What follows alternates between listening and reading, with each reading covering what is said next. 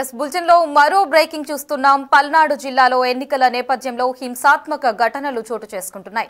దుర్గి మండలం మంచిరపాడులో జనసేన నాయకులపై దాడి జరిగింది. మాచర్ల నుంచి వెళ్తున్న వారి వాహనాన్ని జంగమహేశ్వరపాడు గ్రామానికి చెందిన వైసీపీ నేతలు వెంబడించి రాళ్లతో దాడికి పాల్పడ్డారు.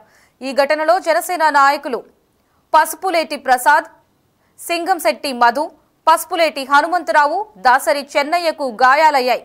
పల్నాడు జిల్లాలో జరుగుతున్న హింసాత్మక ఘటనలపై గురువారం ఏసీబీని ఈసీ వివరణ కోరింది. ఆ మరుసటి రోజే మళ్లీ వైకాపా నాయకులు దాడులకు దిగడంపై ఆందోళన వ్యక్తమవుతోంది.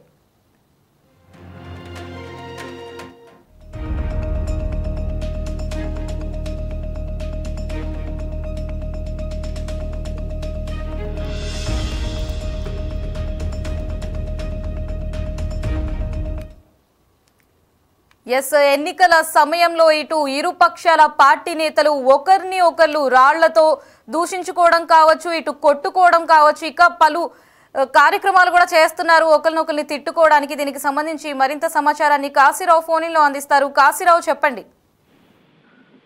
ఎన్నికలకు సంబంధించి సమస్యాత్మక జిల్లాల్లో పల్నాడు జిల్లా ఒకటి.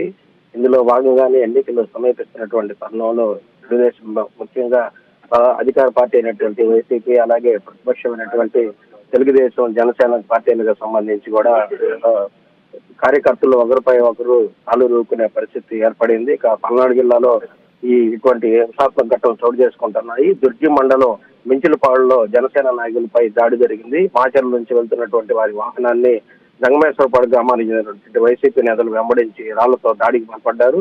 ఈ ఘటనలో జనసేన నాయకులు పసుపులేటి ప్రసాద్, అలాగే సింగంశెట్టి మధు, పసుపులేటి హనుమంతరావు, దాసరి చెన్నయ్యతో పాటు కూడా మరికొంతమందికి కూడా గాయాలయ్యాయి.